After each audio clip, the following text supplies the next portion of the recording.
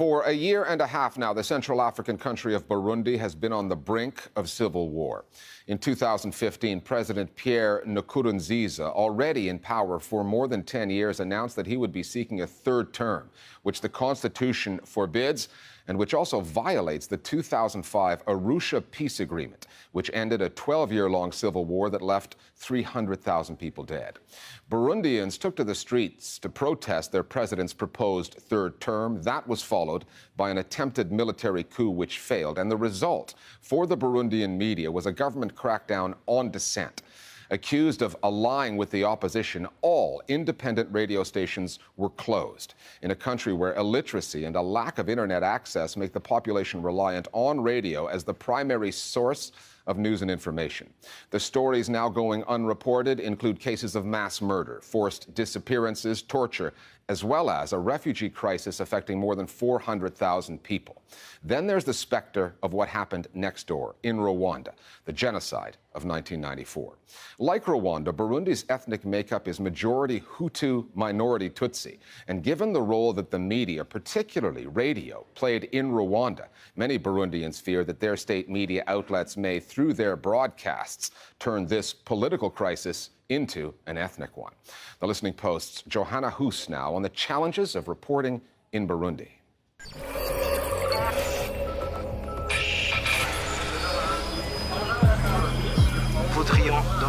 On the 13th of May 2015, Burundians heard this message on the radio.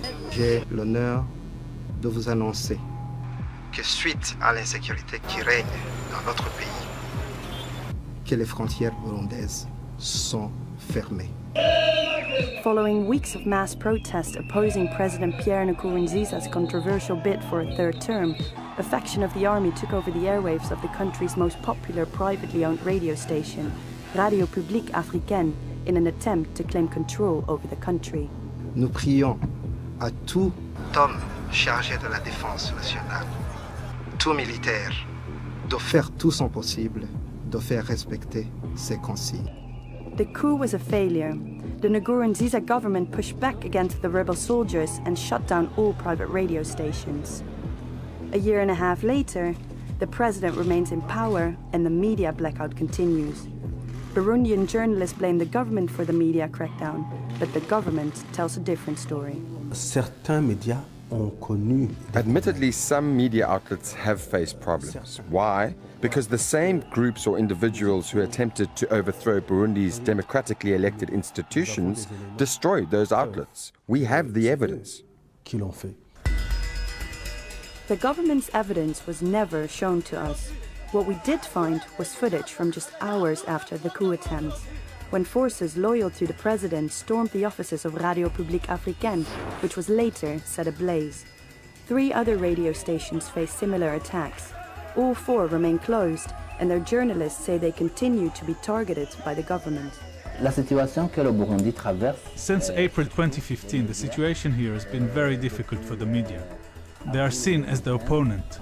There are people from the government who are convinced that the media played a decisive role in the organization of the failed coup, which is particularly difficult for the journalists who have stayed working in the field. Il y a des gens qui sont poursuivis. Yes, the authorities are pursuing certain journalists, but only those who supported the coup. The opinion of international media will continue to be swayed by those saying the Burundian government is hunting down all journalists. We regret that people got killed, but we hope that the world sees that this is a conspiracy orchestrated by the opposition. Machination orchestrée par l'opposition. With nearly all private radio outlets shut down and numerous journalists forcibly exiled or disappeared, Burundians are facing an information vacuum. It is only pro-government or state outlets that remain to fill the void. A growing concern is that these outlets are spinning narratives of ethnic division, ringing alarm bells for Burundians who remember the genocide across the border in Rwanda, which has an ethnic makeup almost identical to Burundi's. Avis à tous les Guinéens qui nous écoutent, oui, à tous les Guinéens qui nous écoutent, le Rwanda appartient à ceux qui le défendent vraiment. In 1994, repeated messages of hate, broadcast on a Rwandan radio station controlled by Hutus, Radio Libre Mille Collines, exacerbated ethnic tensions there. Rwandans took up arms, and in the bloodshed that followed, more than 800,000 people, mostly Tutsi, were killed. There are some interesting parallels in the sense that the 1994 genocide occurred in the context of a civil war, and it made people more susceptible to extreme messaging. Now, we're not quite at a civil war in Burundi, but in times of crisis, state media carry quite inflammatory messages.